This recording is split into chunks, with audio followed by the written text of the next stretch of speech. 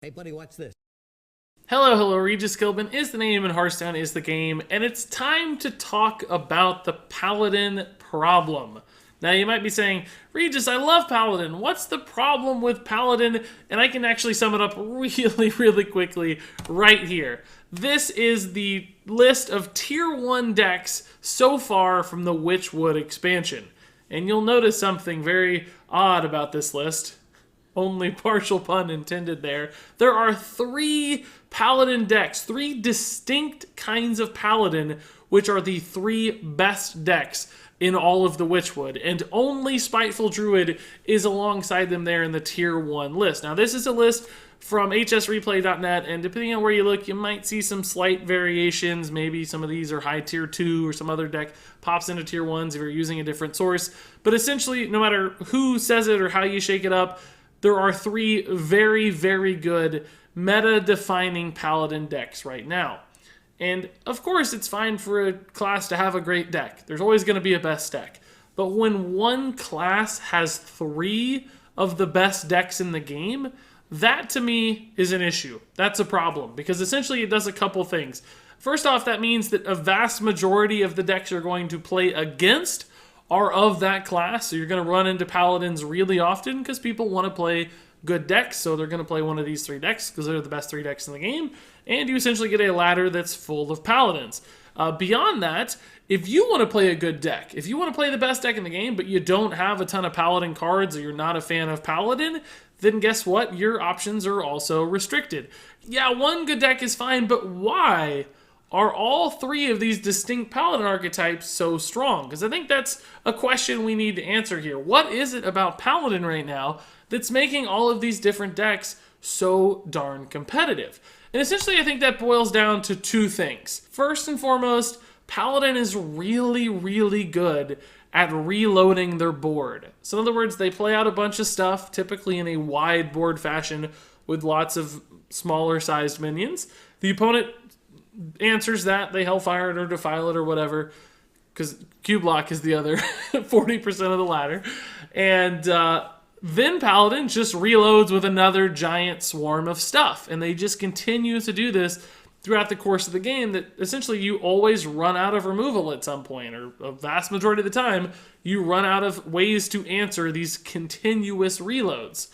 And then second to that, not only can they reload boards, but they have a lot of ways to leverage these wide boards. So they have follow-ups, essentially, ways to turn those smaller minions that go wide into bigger minions. They stack on buffs. They do extra damage. They use things like Sunkeeper Tarim and all these other things to just dominate once they've assembled that small board of stuff. So when you combine these two sorts of things, you essentially get a deck that's really hard to beat because they just keep coming at you with strong plays over and over again. And most decks, they can build a board and they can leverage that board and go for a win. But if you deal with that, or if you survive that onslaught, usually you're good to go and you stabilize. And they don't typically have a second wave of stuff that enables them to try to win the game again.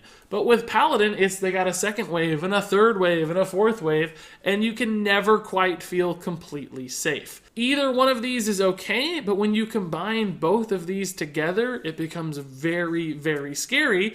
All three versions of Paladin are very good at this.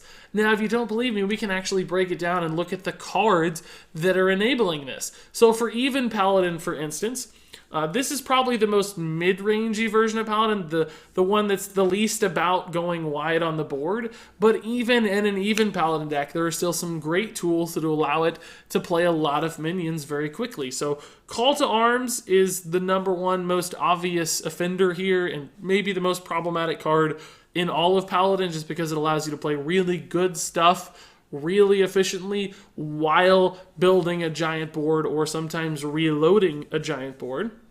But also, again, Gray Man and even Paladin, just giving you that really cheap hero power button means you can slot extra dudes into so many turns that those dudes do start to pile up. And then you also have cards like Dry Gulch Jailer, which turn into 3 additional minions, even though it's a single card. And normally that's not good, right? Just playing a couple extra 1/1s in your deck wouldn't be advantageous. But again, when you have so many ways to leverage all of those 1/1s, when you have so many good follow-ups, suddenly even Drygul's Jailer becomes a really powerful reload style tool. And of course it works with Call to Arms as well. And then on the leveraging side of things in Even Paladin, you got things like Sunkeeper Tarim, of course, the kind of go-to leverage card for Paladin, but also Silver Sword in Witchwood, much to my surprise, has turned out to be a great follower and finisher style card where you just put on so much extra pressure. And then finally, cards like Light Fuse Stegodon are pretty good with your hero power dudes as well. Now, moving on to Merlok Paladin, it's much of the same story. You'll see a couple familiar cards here, but also some extra ones. Not only Call to Arms, but Divine Favor is an absurdly powerful reload card. And you might say, well, it doesn't reload the board immediately. No, but it allows you to reload your hand and therefore just vomit even more stuff onto the board, either the same turn or an ensuing turn. So Divine Favor and Call to Arms are both just ridiculously good at allowing Paladin to find additional resources and put them into play much more reliably and much quicker than you would otherwise expect. On top of that, in Merlok Paladin, you've also got Vine Cleaver, which just allows you to play a ton of Silver Hand recruits and apply a lot of pressure. And Lost in the Jungle squeezes in there too as a very cheap way to build into multiple minions. And for the leveraging side of things, you've got Gentle Megasaur for your Murlocs, which is a great way to turn Murlocs into very scary boards. You got Fungalmancer in the neutral set, not necessarily a Paladin card. I guess Gentle Megasaur also the same can be said, but particularly in Gentle Megasaur's case, really the only deck successfully playing Murlocs right now is Paladin, so it almost feels like a Paladin card, and it's really only ever been played super successfully in Paladin, outside of a few very rare edge cases. But beyond those two neutral cards, you've also got Unidentified Maul, which honestly is sometimes a leverage card in that it can give Divine Shield or plus attack, but sometimes it's a reload card. I should have maybe included it on both sides here, because it can also summon you extra Silver Hand recruits, much like a Vine Cleaver. And then finally, once again, we have Sunkeeper Tarim for Merlok Paladins. The same problem that we had in Even Paladin exists in Merlok Paladin as well. And then finally, Odd Paladin, it's more of the same stuff. Baku the Moon Eater, though, is probably the most offensive of all of these as far as reloading is concerned, because getting 2 minions for that hero power so consistently allows you to just build giant boards so quickly and so efficiently without using your cards. Baku is scary good at reloading the board. Now, of course, it's not Baku himself. It's the hero power he enables, but I think you get the point. And then for leverage, you also add in Stormwind Champion and Level Up here for Odd Paladin. Level Up in particular works so well with those cards in the top with Baku, Vine Cleaver, and Lost in the Jungle. So an incredibly powerful tool for Odd Paladin. And I didn't even include Raid Leader on this list, but Raid Leader is honestly another great way to leverage your minions on board as well. So as you look through all three of these decks, it's the same exact story. Great reloads and great ways to leverage all of those minions. So this is why Paladin is so good. Essentially, these two mechanics that not every other class, and in fact most other classes, can't actually accomplish. Every version of Paladin does it extremely well. So it's easy to complain. It's easy to say, oh, this is a major problem, and just whine about it. But how do you fix it, right? How do we address this issue to improve the Paladin problem in Hearthstone? And I thought about maybe, recommending a few different suggestions, but it comes down to one thing. And that is that you have to limit the reload potential for Paladin. They should not be able to so consistently continue to rebuild boards that were just destroyed. There should be some downtime. There should be some penalties to overplaying your hand, and Paladin doesn't have those because I think primarily of 2 cards. And I think these cards need nerfs. Call to Arms and Divine Favor are just too strong right now. They're so good. Call to Arms, obviously, since its release in Kobolds and Catacombs, has been a defining aspect for virtually all Paladin decks, except for Odd Paladin, of course, because it's not an odd card. It's an even card. But it has made Paladin a very prominent force ever since its release, because you get 6 mana worth of minions for only 4 mana. Beyond that, you also get to pull lower cost cards out of your deck so that each ensuing draw is actually better. All of that is just upside. It's fantastic. Call to Arms, frankly, at 6 mana would still be an efficient play because of the draw advantage that it provides. Pull stuff out of your deck, making draws better.